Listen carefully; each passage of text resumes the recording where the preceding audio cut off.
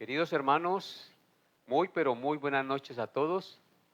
Un saludo fraterno en el amor de nuestro Señor y Salvador Jesucristo para todos ustedes en esta hora de la noche, que por la gracia de Dios nos podemos conectar y disponer este tiempo para meditar en la santa palabra de Dios. Reciban una cordial bienvenida, que Dios sea hablando hoy a sus corazones, que Dios sea hoy ministrando a sus vidas con el estudio de la santa palabra de Dios. Nos da mucha alegría poder saber que ustedes se conectan y que son edificados con el estudio de la palabra del Señor. Depende de ustedes.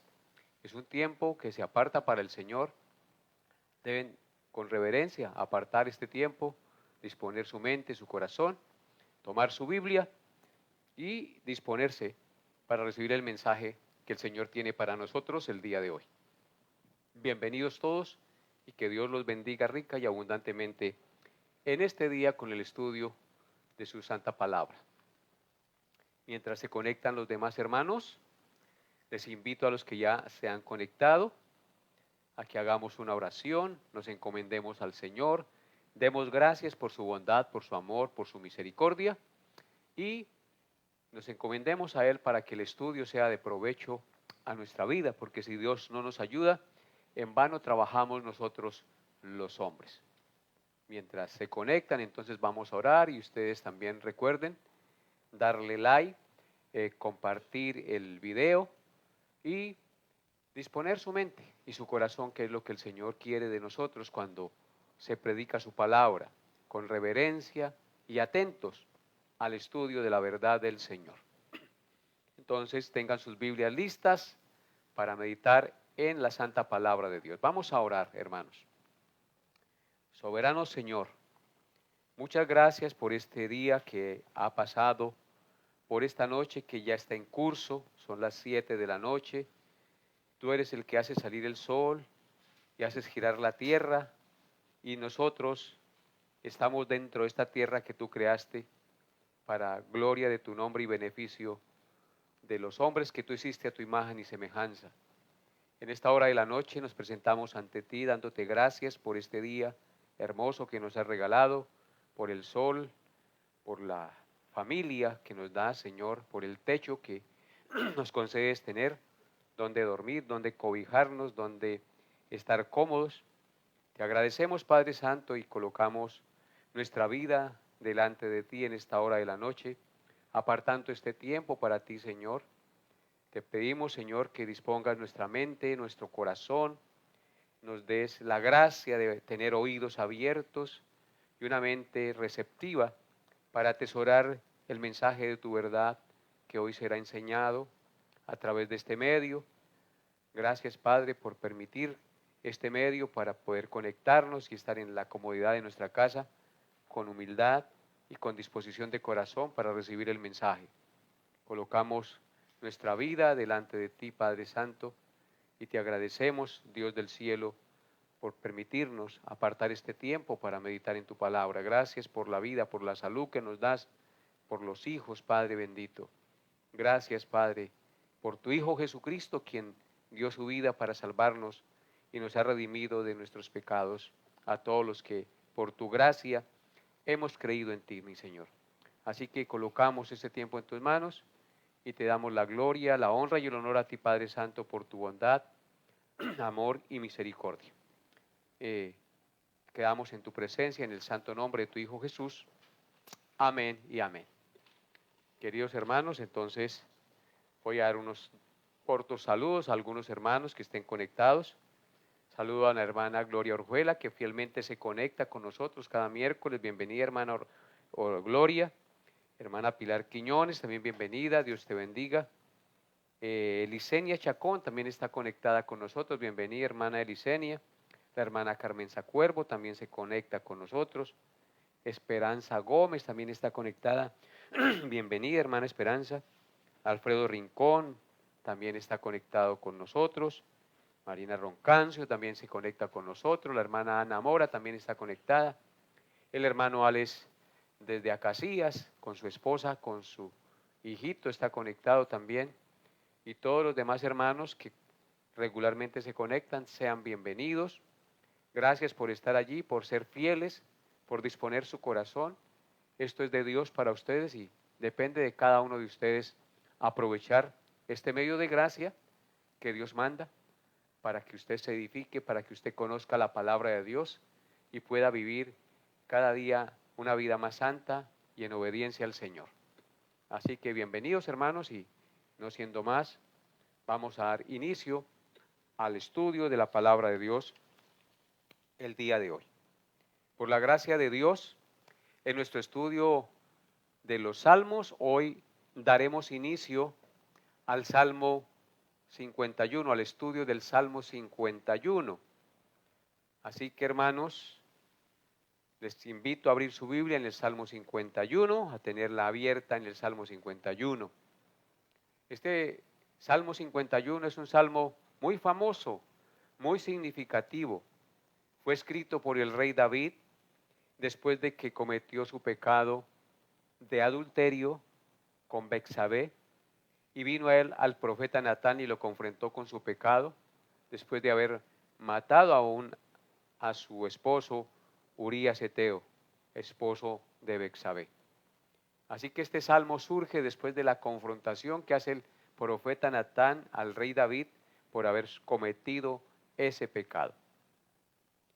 En otros pueblos antiguos diferentes a la nación de Israel, el rey podía hacer lo que quería. Si quería una mujer, podía matar a la esposa, al esposo para conseguirse y quedarse con ella, y todo quedaba impune sin que nadie le hiciera nada al rey. Eso fue lo que Abraham temió cuando en Génesis 12 él descendió a Egipto a buscar alimento porque había mucha hambre en la tierra. Él temió que de pronto el rey de Egipto lo matara y se quedara con su esposa. Los pueblos tenían una doble norma. Los reyes podían quitar la vida de sus súbditos, podían tener muchas mujeres, podían tomar cualquier propiedad, aún a costa de otros ciudadanos, quitarle la vida y quedarse con sus propiedades de manera impune. Mientras el pueblo tenía que vivir bajo normas éticas, el rey de Israel debía vivir bajo las mismas normas éticas que Dios había dado al pueblo en su palabra. En otras palabras, el rey de Israel era diferente a los demás reyes de las otras naciones. El pueblo tenía que someterse a las normas éticas que Dios había dado a su pueblo y vivir bajo esas normas éticas. Así que el pueblo podía reclamarle, y Dios en su palabra, en su ley, le había dado normas para que viviera de manera adecuada y justa gobernando a su nación. Así que, hermanos, este salmo es la relación intensa de un rey con su pueblo que se siente decepcionado por el pecado que él ha cometido. El salmo nos muestra cómo este rey, abrumado por su pecado, que se presenta ante Dios para confesar su naturaleza pecaminosa y pedir perdón por su maldad. El salmista está consciente de su propia miseria en este salmo. Se reconoce como un pecador, reconoce su maldad, acepta la gravedad de su culpa. A pesar de ser un rey, acepta la gravedad de su culpa, pues este rey ha roto el pacto pecando gravemente contra Dios y contra su prójimo. Así que, hermanos, yo les invito y les animo a que sería bueno que tomaran el tiempo cuando puedan hacerlo para leer parte de la historia de la caída de David en su pecado. Usted puede, si quiere tomar nota, en segundo libro de Samuel, capítulo 11, leer los versículos 1 al 27, y en segundo libro de Samuel, capítulo 12, leer los primeros 14 versículos. Allí encontrará usted la historia de la caída del rey David en su pecado. Segundo libro de Samuel, capítulo 11, 1 al 27, y segundo libro de Samuel, capítulo 12, 1 al 14. Por supuesto que hoy no lo vamos a leer porque nos llevaría mucho tiempo, pero les recomiendo que lean esa porción de las Sagradas Escrituras para que ustedes vean la caída del rey David, el contexto, porque de esa caída y de esa confrontación por su pecado es que nace el Salmo 51 al cual vamos a dar inicio al estudio en esta noche. Entonces yo les invito a que abran sus Biblias en el Salmo 51. Por favor, abran sus Biblias en el Salmo 51 y vamos a leer este salmo que tiene 19 versículos. Es un salmo hermoso, muy significativo. Abran sus Biblias en el Salmo 51 y leamos este salmo. Dice así el versículo 1. Ten piedad de mí, oh Dios, conforme a tu misericordia. Conforme a la multitud de tus piedades, borra mis rebeliones. Lávame más y más de mi maldad y límpiame de mi pecado. Porque yo reconozco mis rebeliones y mi pecado está siempre delante de mí. Contra ti solo he pecado y he hecho lo malo delante de tus ojos, para que seas reconocido justo en tu palabra y tenido por puro en tu juicio. He aquí en maldad he sido formado, y en pecado me concibió mi madre. He aquí tú amas la verdad en lo íntimo, y en lo secreto me has hecho comprender sabiduría. Purifícame con hisopo, y seré limpio. Lávame y seré más blanco que la nieve. Hazme oír gozo y alegría, y se recrearán los huesos que has abatido. Esconde tu rostro de mis pecados, y borra todas mis maldades. Crea en mí, oh Dios, un corazón limpio, y renueva un espíritu recto dentro de mí. No me eches de delante de ti, y no quites de mí tu Santo Espíritu. Vuélveme el gozo de tu salvación, y espíritu noble me sustente. Entonces enseñaré a los transgresores tus caminos, y los pecadores se convertirán a ti. Líbrame de homicidios, oh Dios, Dios de mi salvación. Cantará mi lengua tu justicia. Señor, abre mis labios y publicará mi boca tu alabanza, porque no quieres sacrificio que yo le daría. No quieres holocausto. Los sacrificios de Dios son el espíritu quebrantado. Al corazón contrito y humillado no despreciarás tú, oh Dios. Haz bien con tu benevolencia a Sión. Edifica los muros de Jerusalén. Entonces te agradarán los sacrificios de justicia, holocausto o ofrenda del todo quemada. Entonces ofrecerán becerros sobre su altar. Amén. Este es el Salmo 51 y recuerden que este salmo se escribe, lo repito nuevamente, cuando el profeta Natán confronta a David por su pecado de adulterio con Betsabé. De allí, de esta confrontación, es que nace este salmo inspirado por el Espíritu Santo. Este Salmo 51, para su estudio, lo dividiremos en tres encabezados o en tres partes. El primer encabezado es una confesión sincera y profunda, versículos 1 al 6. El segundo encabezado es una súplica por transformación, versículos 7 al 12. Y el tercer encabezado es el fruto del perdón, versículos 13 al 19. Una confesión sincera y profunda, una súplica por transformación y el fruto del perdón. Esos son los tres encabezados, tres secciones o tres puntos en los que se divide este salmo para su estudio. Así que veamos nuestro primer encabezado. Veamos nuestro primer encabezado. Una confesión sincera y profunda. Hoy solo miraremos este primer encabezado si Dios nos lo permite y nos alcanza el tiempo. Salmo 51, 1 al 6. Dice así la palabra de Dios. Ten misericordia de mí, oh Dios, conforme a tu misericordia. Conforme a la multitud de tus piedades, borra mis rebeliones. Lávame más y más de mi maldad y límpiame de mi pecado, porque yo reconozco mis rebeliones y mi pecado está siempre delante de mí. Contra ti solo he pecado, y he hecho lo malo delante de tus ojos, para que seas reconocido justo en tu palabra, y tenido por puro en tu juicio. He aquí en maldad he sido formado, y en pecado me concibió mi madre.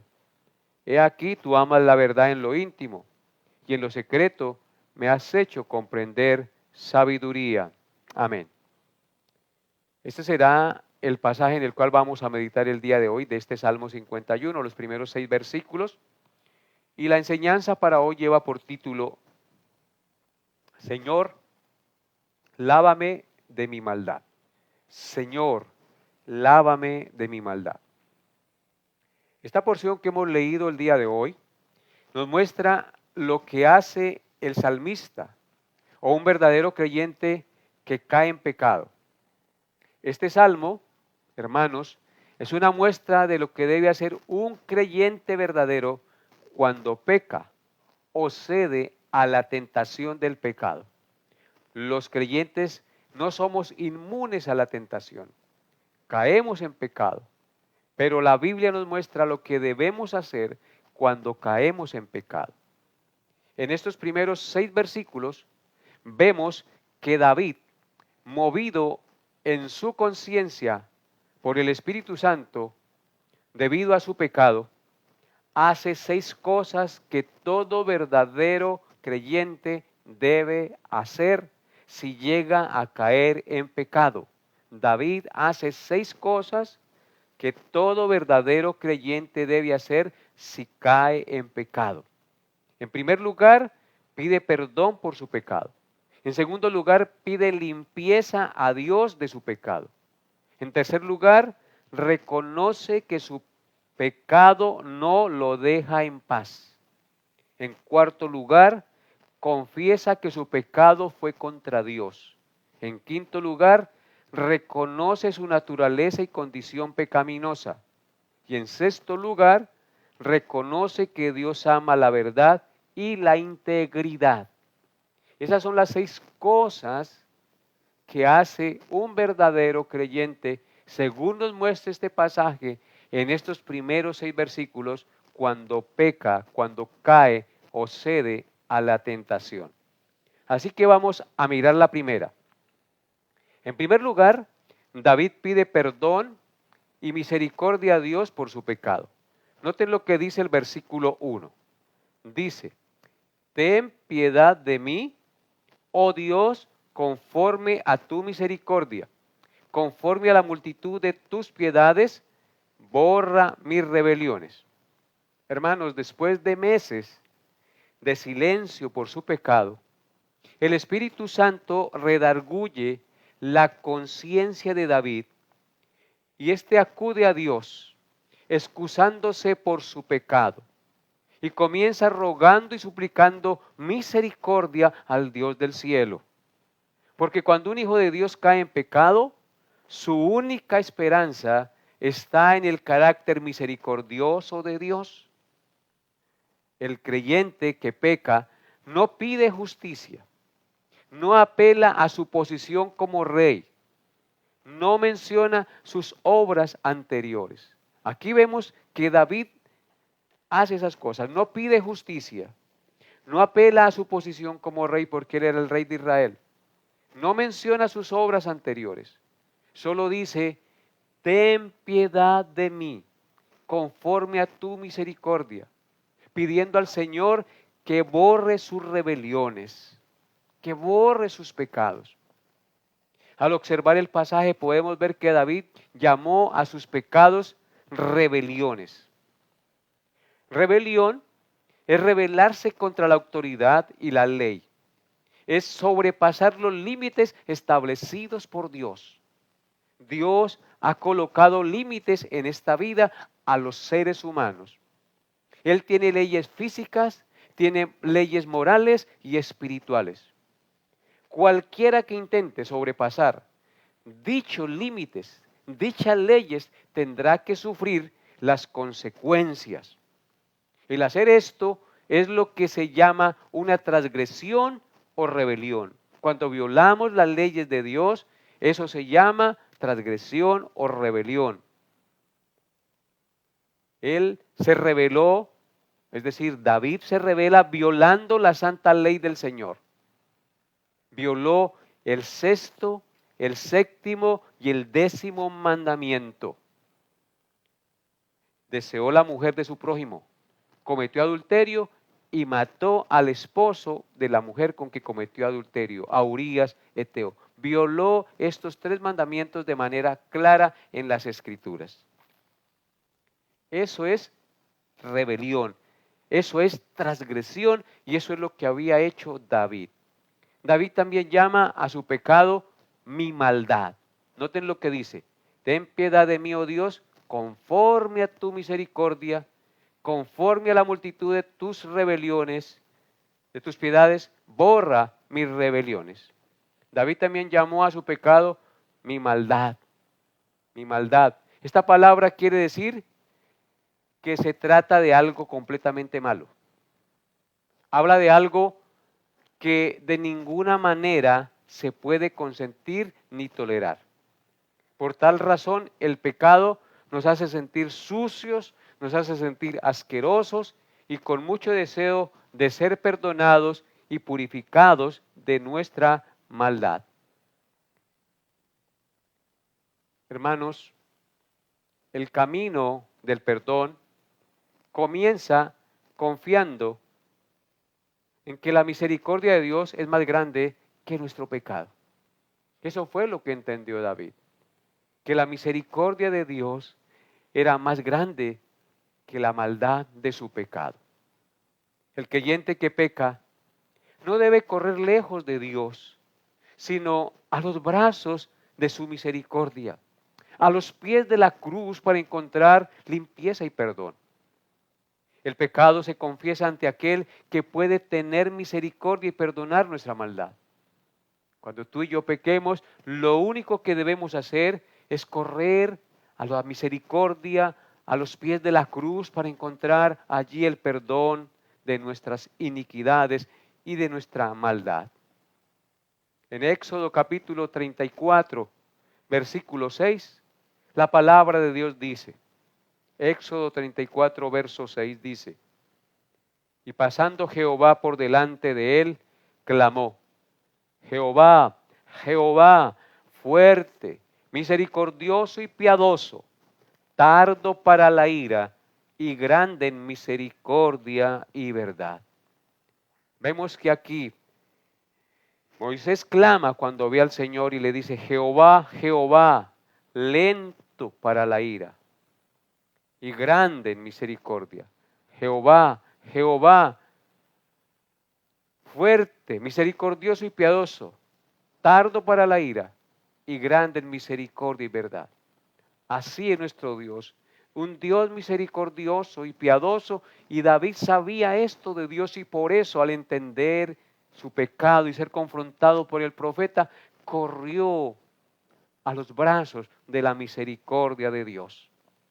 En el Salmo 130, versículo 7, leemos las siguientes palabras.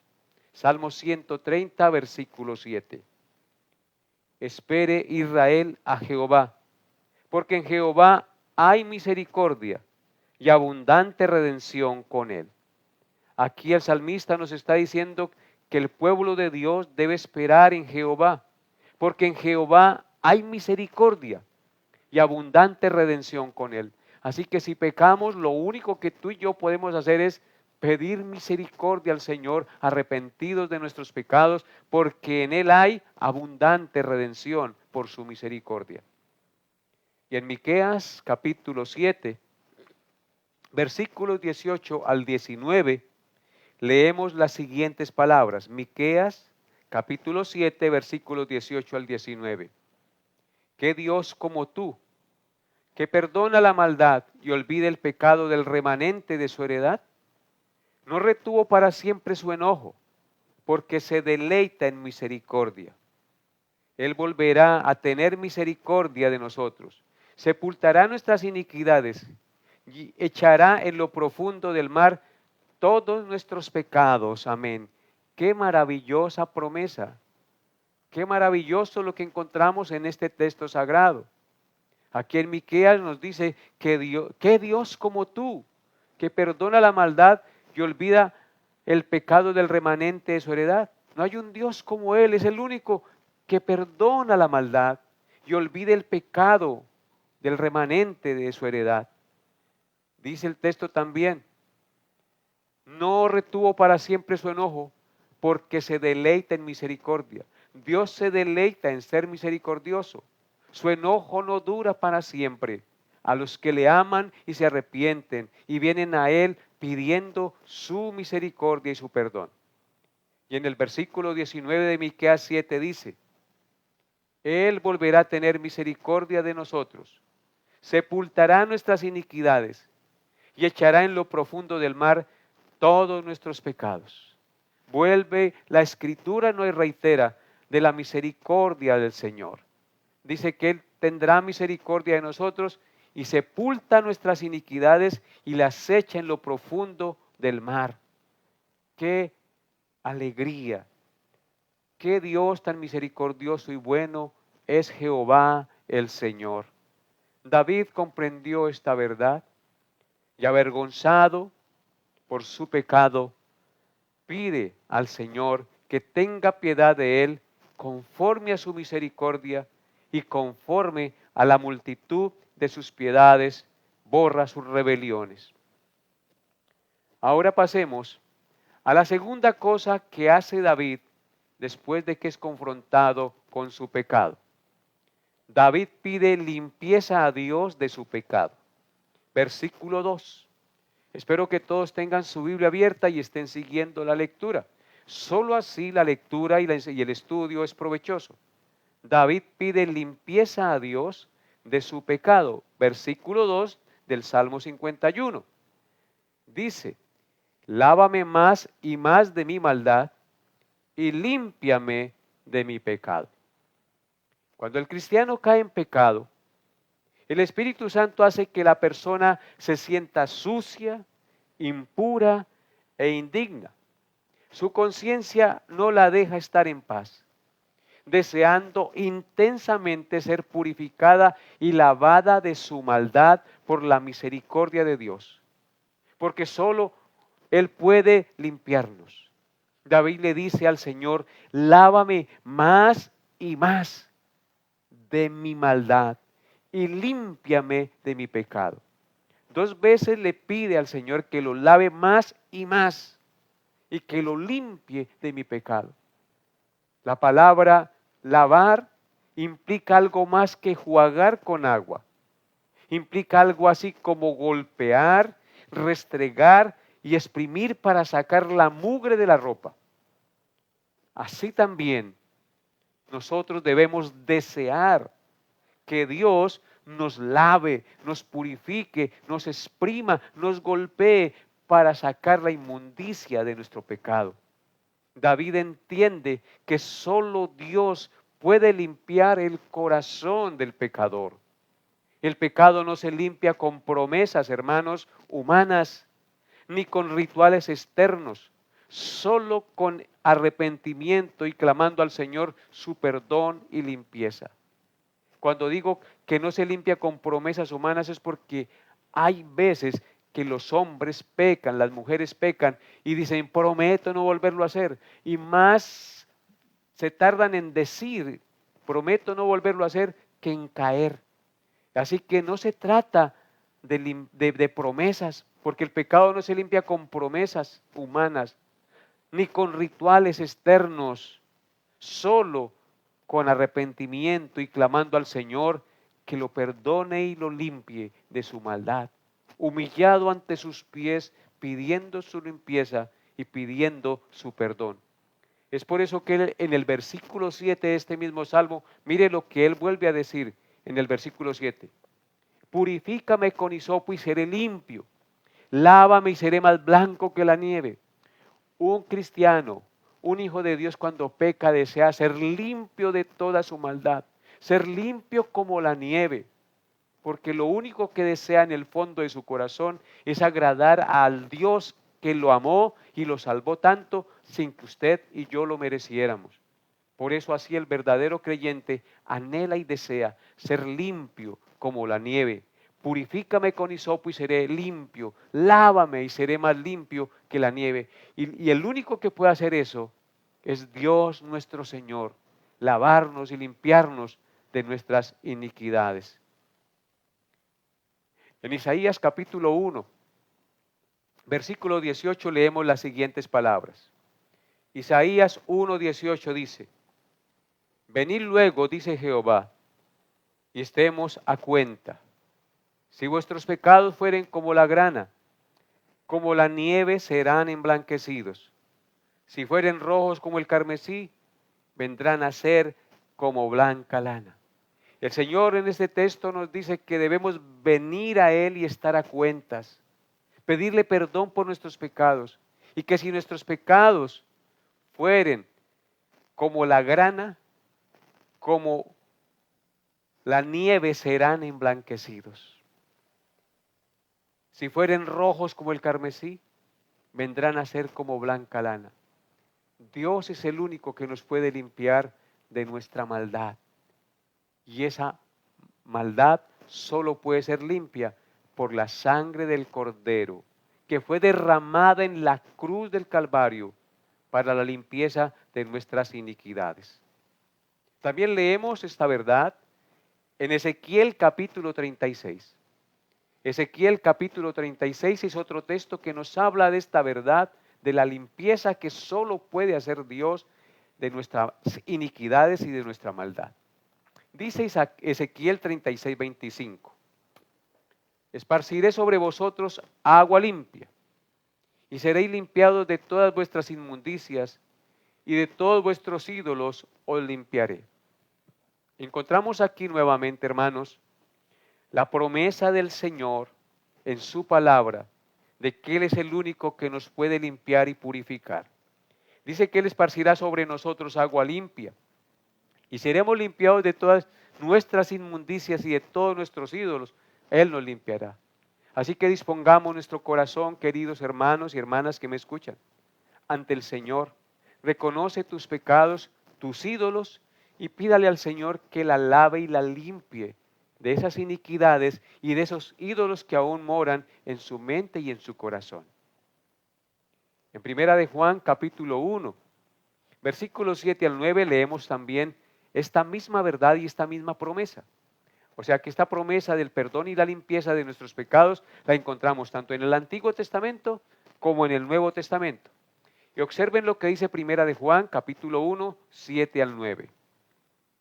Dice así: pero si andamos en luz, como Él está en luz, tenemos comunión unos con otros, y la sangre de Jesucristo su Hijo, ¿qué hace? Nos limpia de todo pecado. La sangre del Hijo de Dios que se derramó en la cruz es la única que nos puede limpiar de todos nuestros pecados. Pero tenemos que reconocernos pecadores delante del Rey del cielo. Arrepentidos, pedirle que nos lave y nos purifique de nuestra maldad. Dice el versículo 8, si decimos que no tenemos pecado, nos engañamos a nosotros mismos y la verdad no está en nosotros. Si tú no te consideras pecador, si te consideras muy bueno, pues entonces la verdad no es para usted. Entonces la verdad no está en usted, porque estás confiando en tu propia justicia. Pero si confesamos nuestros pecados, dice el verso 9, es decir, si reconocemos nuestra maldad y confesamos nuestras iniquidades, Él es fiel y justo para perdonar nuestros pecados y limpiarnos de toda maldad. Hermanos, hoy tú has cometido pecados.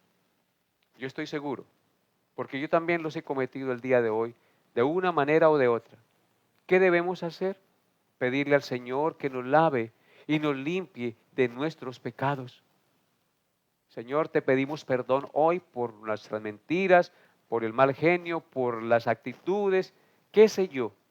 Tú lo sabes, pídele perdón al Señor, porque la promesa es que si confesamos nuestros pecados, Él es fiel y justo para perdonarnos. Y no solamente para perdonarnos nuestros pecados, sino limpiarnos, escúchenlo bien, de toda maldad.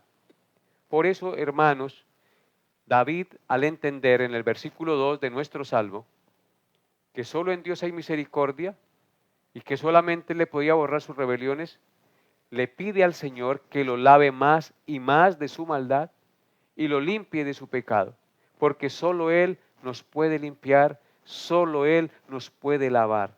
Y esto es supremamente importante que tú y yo lo entendamos y lo comprendamos. Ven al Señor para que Él te lave y te limpie de esos pecados que tú cometes. En tercer lugar, David reconoce que su pecado no lo deja en paz. Observen lo que dice el versículo 3. Dice, porque yo reconozco mis rebeliones y mi pecado está siempre delante de mí. ¿Qué dice el texto? David reconoce sus rebeliones, sus transgresiones. Él se ha rebelado contra Dios, ha quebrantado su santa ley. Y luego dice, mi pecado está siempre delante de mí. El pecado que parecía oculto, que nadie lo iba a descubrir, ahora lo atormenta, lo persigue. Aquello que le dio deleite a su carne, ahora se convierte en su peor enemigo, porque así es el diablo. Ahora el pecado no le da descanso, no lo deja dormir. David dice, mi pecado está siempre delante de mí. Cuando un cristiano cae en pecado, el pecado se convierte en una sombra que lo atormenta y lo persigue a donde quiera vaya. Nosotros sabemos que la sombra de nuestro cuerpo es algo que no podemos dejar. Por donde quiera vamos, la sombra va. Así sucede con el pecado en la conciencia de los hijos de Dios. Por donde quiera vamos, el pecado va y la conciencia nos va a acusar. Hermanos, el pecado oculto trae tormento, insatisfacción y carcome la conciencia.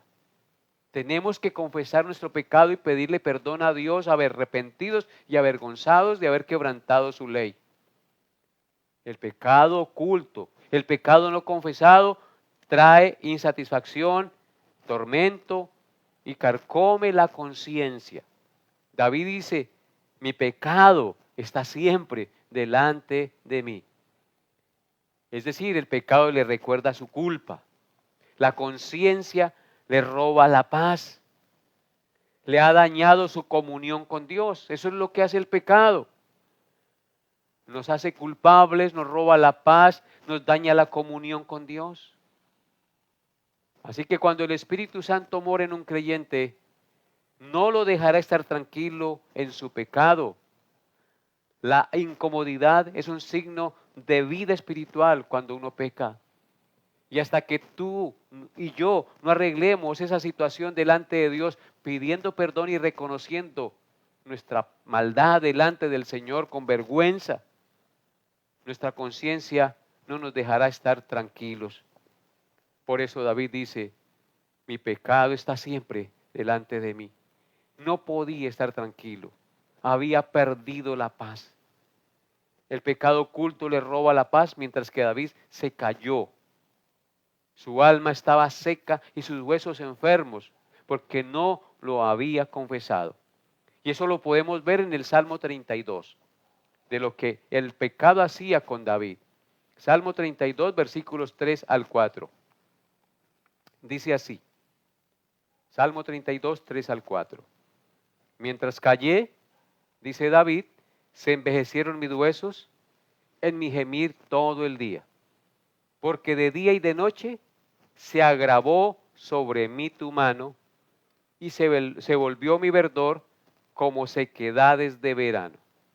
Aquí claramente David nos muestra que mientras él cayó su pecado, trató de ocultarlo, no lo confesó y se quedó así, se envejecieron sus huesos. El pecado no confesado envejece el alma, envejece el cuerpo.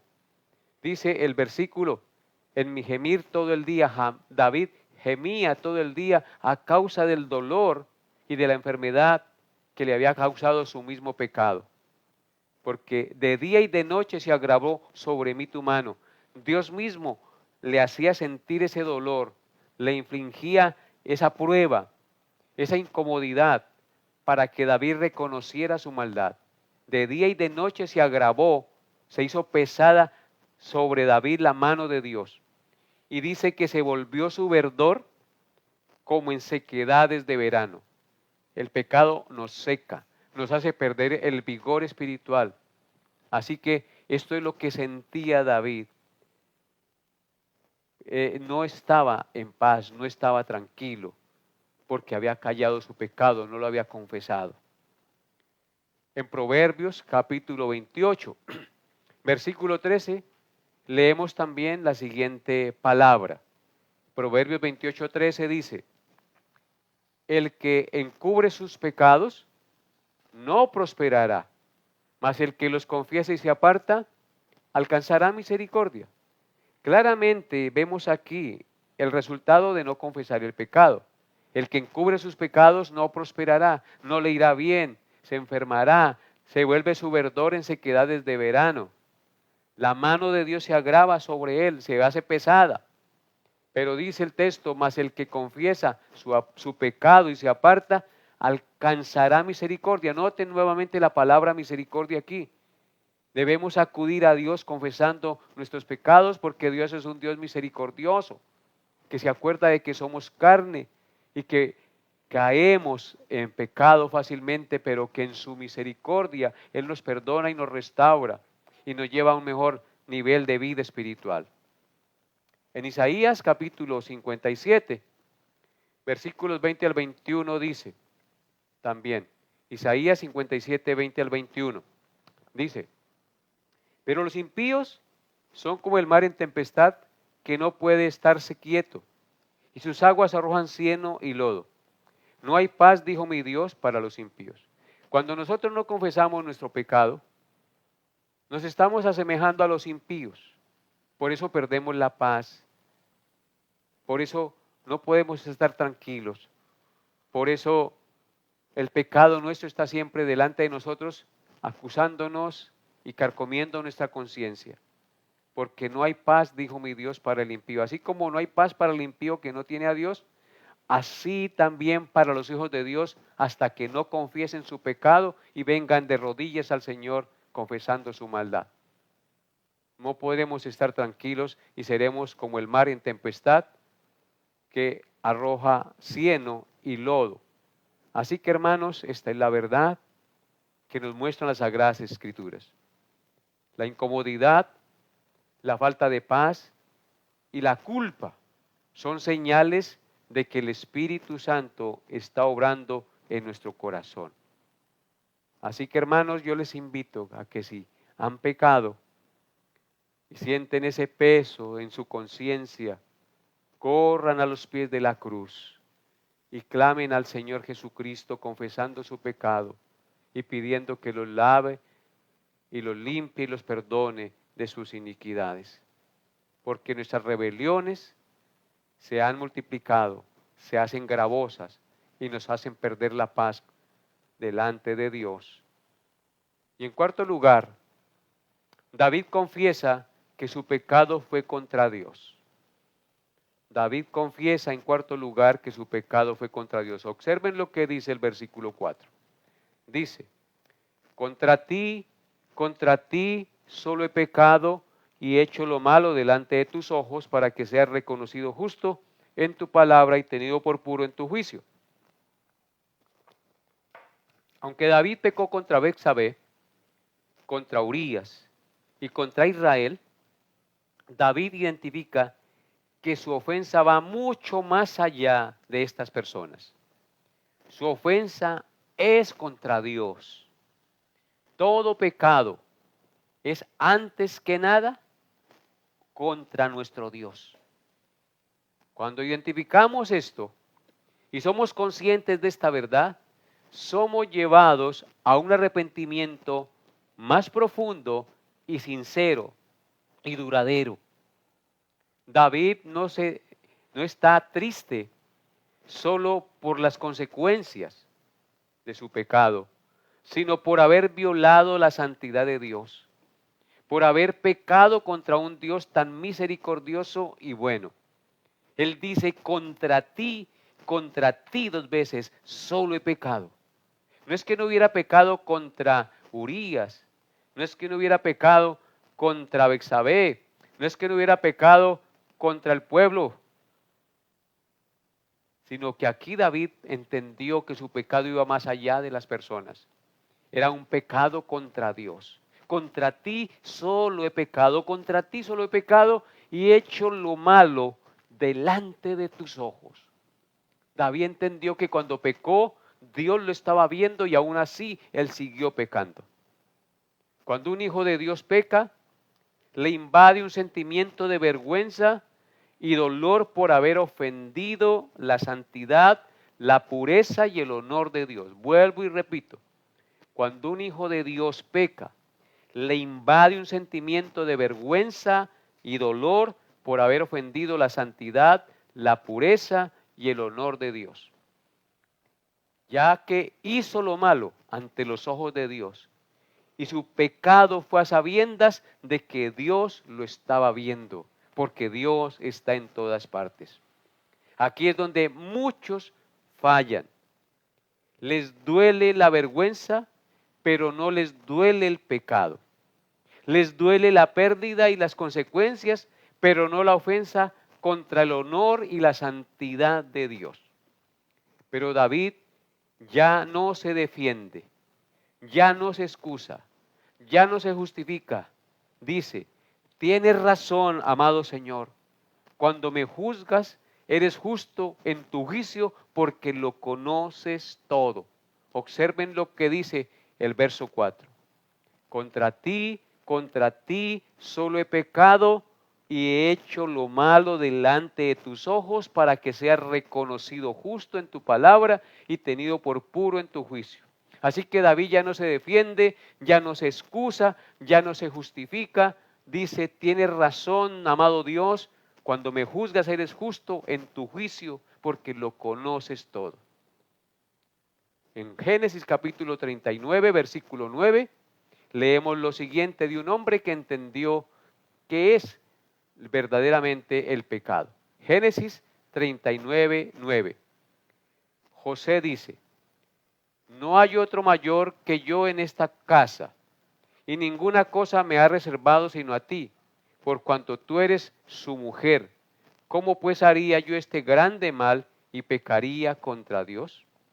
José reconoce cuando fue tentado por la mujer de Potifar y ésta quería tener relaciones sexuales con él, a pesar de que José había sido un hombre íntegro y ella quería tener relaciones con él, José pone a Dios por delante y dice que su amo lo había puesto en su casa y ninguna cosa le había reservado sino solo a la esposa de Potifar. Y él dice, ¿cómo haría yo este gran mal contra mi jefe? Dice, y pecaría contra Dios. Él reconoce que el pecado en primer lugar, antes que ofender a Potifar, es el pecado contra Dios. Cuando nuestra mente ordene estas prioridades, nos vamos a refrenar de pecar, porque el pecado no es realmente contra un hombre, contra una persona, es contra Dios. Aunque también pecamos contra la persona, realmente el pecado va mucho más allá de las personas. Es el pecado contra el Dios 3 veces santo que nos amó tanto y dio a su Hijo para salvarnos. En Lucas 15, 18, el hijo pródigo dice, me levantaré e iré a mi padre y le diré, Padre, he pecado contra el cielo y contra ti. El hijo pródigo también entiende aquí que cuando regrese a la casa de su padre físico, le va a decir, Padre, he pecado contra el cielo y contra ti. Ese hijo pródigo reconoce que el pecado en primer lugar es contra Dios. Y así tú y yo debemos reconocer esta verdad, amados hermanos. Nuestro pecado en primer lugar es contra Dios. No hay arrepentimiento verdadero, hermanos, hasta que se reconoce que el pecado es una ofensa personal contra el Dios que nos amó tanto y envió a su Hijo a morir en la cruz para salvarnos. Si este no es el sentir de su corazón, cuando pecas, su arrepentimiento no es verdadero, es falso arrepentimiento. El arrepentimiento es profundo y verdadero cuando el pecado duele porque ofende en primer lugar a Dios, no solo porque trae consecuencias a mi vida, sino porque ofende en primer lugar a Dios. Y en quinto lugar, David reconoce su naturaleza pecaminosa. Versículo 5. Dice el Salmo 51. Salmo 51, 5. He aquí, en maldad he sido formado, y en pecado me concibió mi madre. Aquí David confiesa y reconoce su realidad interna y condición pecaminosa. No pecó solo por una circunstancia. David pecó porque su corazón es pecador. El hombre no se hace pecador porque peca, sino que peca porque es pecador. Él dice, en maldad he sido formado y en pecado me concibió mi madre. Le confiesa esa verdad al Señor, la reconoce. David no está diciendo que el sexo o la concepción sean pecado. Lo que enseña es la doctrina de la depravación humana. Nacemos con una naturaleza inclinada al mal. No hay nadie que busque a Dios. Todos nacemos inclinados al mal en pecado y cuando crecemos lo único que hacemos es pecar. Y hasta que Dios no tiene misericordia de nosotros, nuestra naturaleza no cambia. David dice, no solo cometí pecado, soy pecador por naturaleza, es lo que está diciendo en el versículo 5. Es un reconocimiento profundo de su corrupción humana. Mi pecado y tu pecado no son un accidente, querido hermano. No es culpa de otros. El pecado nace de nuestro corazón. Cuando alguno es tentado, no diga que es tentado de parte de Dios, porque Dios no tienta a nadie, sino que cada uno es atraído cuando de su propia concupiscencia es atraído y seducido. Así que hermanos, mi pecado y tu pecado no son un accidente, no son culpa de otro, sino que nace de nuestro corazón. No puede el mal árbol dar buenos frutos, porque nacemos en pecado y solo hasta que Dios cambia nuestra naturaleza podemos hacer buenas obras que agradan a Dios. En Jeremías 17:9, Jeremías dijo lo siguiente: engañoso es el corazón más que todas las cosas y perverso, ¿quién lo conocerá? Jeremías dice que engañoso es el corazón y perverso más que todas las cosas. Así que nuestro corazón es engañoso y perverso y hasta que solo Dios nos da un nuevo corazón, no podemos obrar rectamente. En Romanos 15:12 dice, por tanto, como el pecado entró en el mundo por un hombre y por el pecado la muerte, así la muerte pasó a todos los hombres por cuanto todos pecaron. Así que todos nacemos en pecado y con inclinación a lo malo. Y en Efesios 2, del 1 al 3, un pasaje tan conocido por todos dice, y Él os dio vida a vosotros, cuando estabais muertos en vuestros delitos y pecados, en los cuales anduvisteis en otro tiempo, siguiendo la corriente de este mundo, conforme al príncipe de la potestad del aire, el espíritu que ahora opera en los hijos de desobediencia, entre los cuales, escuchen, también todos nosotros vivimos en otro tiempo en los deseos de nuestra carne, haciendo la voluntad de la carne y de los pensamientos, y éramos por naturaleza hijos de ira, lo mismo que los demás. Así que todos nacemos en pecados. Así que hermanos, reconocer la pecaminosidad interna de nuestro corazón no nos destruye, nos lleva a depender más de la gracia y de la misericordia de Dios. Hasta que el creyente no reconoce su corrupción interna, pensará que el pecado es un error ocasional y no una corrupción del corazón. Pero cuando lo reconoce, entiende que necesita más que perdón, que necesita transformación, necesita el nuevo nacimiento, necesita un nuevo corazón. No simplemente un perdón, necesita una transformación interna, necesita ser una nueva criatura, porque la corrupción está en todos nosotros. Y en sexto lugar, David reconoce que Dios ama la verdad y la integridad. Noten lo que dice el versículo 6. Salmo 51, 6 dice: He aquí, tú amas la verdad en lo íntimo, y en lo secreto me has hecho comprender sabiduría. Hermanos, aquí en este versículo está el corazón del asunto para la vida de un verdadero creyente. Dios no quiere apariencias.